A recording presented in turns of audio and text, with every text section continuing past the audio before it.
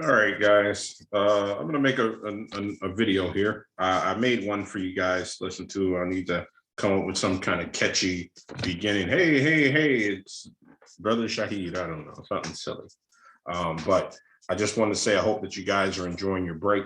I hope that you guys are still looking at the book, that you're still reading, that you're answering the MRQs to the best of your ability, that you're looking over your SAQs, DBQs, and LEQs. Once we get back from the break, we're not going to have too much time for preparation, so we're going to use this time to prepare. Like I said, I went over the entire of Unit 7, but it was an hour and a half long video, and I said, you know what? I don't think that's fair for the kids.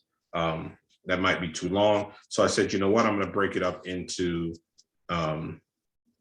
sections. So we're going to start out with Unit 7.1. So we're talking about global conflicts, right? The disintegration of the world, essentially, leading us into World War I, World War II. And we're going to talk about what occurred around the world that caused this to happen. Okay, so let's go ahead and get started with 7.1. Okay, so we have 7.1, a shifting power after 1900. So this is talking about governance. How was governments changing in the after the turn of the century? And essentially, at this point in time in world history, we are dominated by empires. We have the Qing Empire in China. We have the Ottoman Empire through Central Asia, Eastern Europe, North Africa, controlled by the Ottoman Empire. In Europe, we have the Austria-Hungarian Empire, the German Empire that kind of merged together a little bit. We have the British Empire in the West, and then we have the United States, which is not an empire, but at this point in time in American history, there are imperialistic aspirations, with the United States gaining the Philippines, Hawaii, Puerto Rico, and Cuba, and ousting Spain from the Western Hemisphere with the Monroe Doctrine. Okay, so shifting powers. Now we're going to talk about world history. During this time, we see the sick man of Asia and the sick man of Europe. The sick man of Asia is the fledgling Qing dynasty that is beginning to fall. Before it falls, you have Britain and the United States and Russia coming into China from the West, taking large swaths of its land. And then you have Japan coming in from the East with imperialistic aspirations. So we see the falling of the Qing dynasty. Also, we see the falling of the Ottoman Empire from the inside and out, with major issues of fratricide. With that fratricide, there is a loss of trust amongst the elites, and essentially people just jockeying for power, not necessarily concerning themselves with empire building. You see the fall of the Janissary system, in which the Ottoman military begins to weaken. It's not weak, but begins to weaken. Also, we have outside forces, whether it's Enlightenment thinking, the revolutionary thinking coming from the West, but you have the regions on the borders of the Ottoman Empire fighting against the Ottoman Empire and gaining their independence. Okay.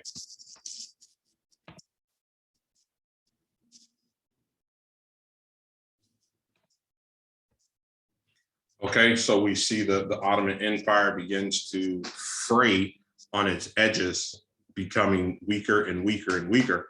Now, with those new regions that have now gained independence from the Ottoman Empire, they have the option, or based on the ability, to build their own empire or build their own government, or are they going to fall under the victimization or the sphere of other empires? Okay, but it's very important at this time in world history, in Eurasia, that you have massive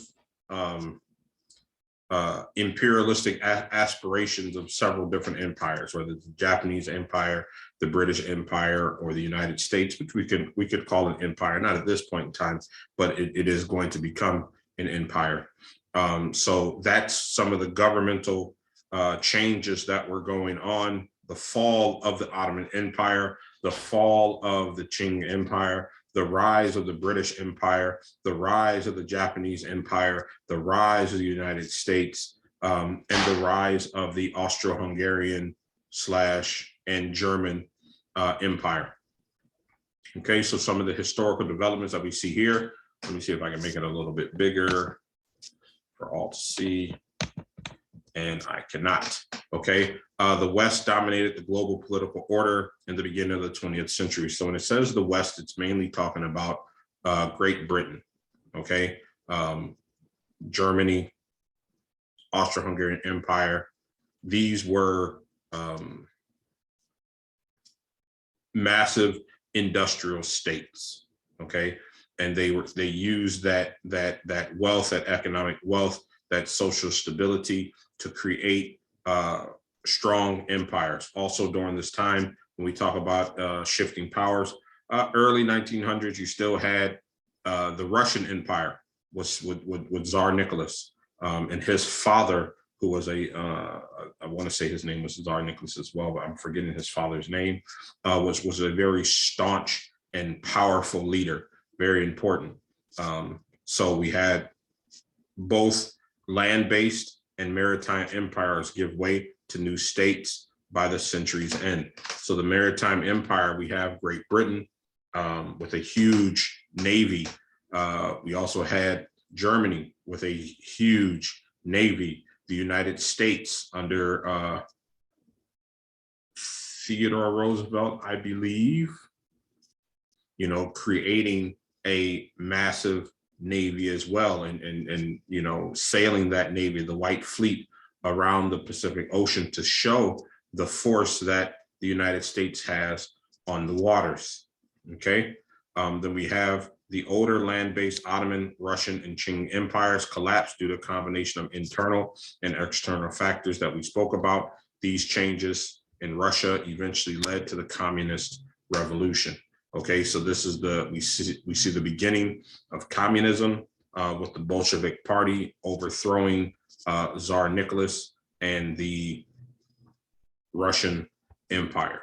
Okay, states around the world challenged the existing political and social order, including the Mexican Revolution that arose as a result of political crisis.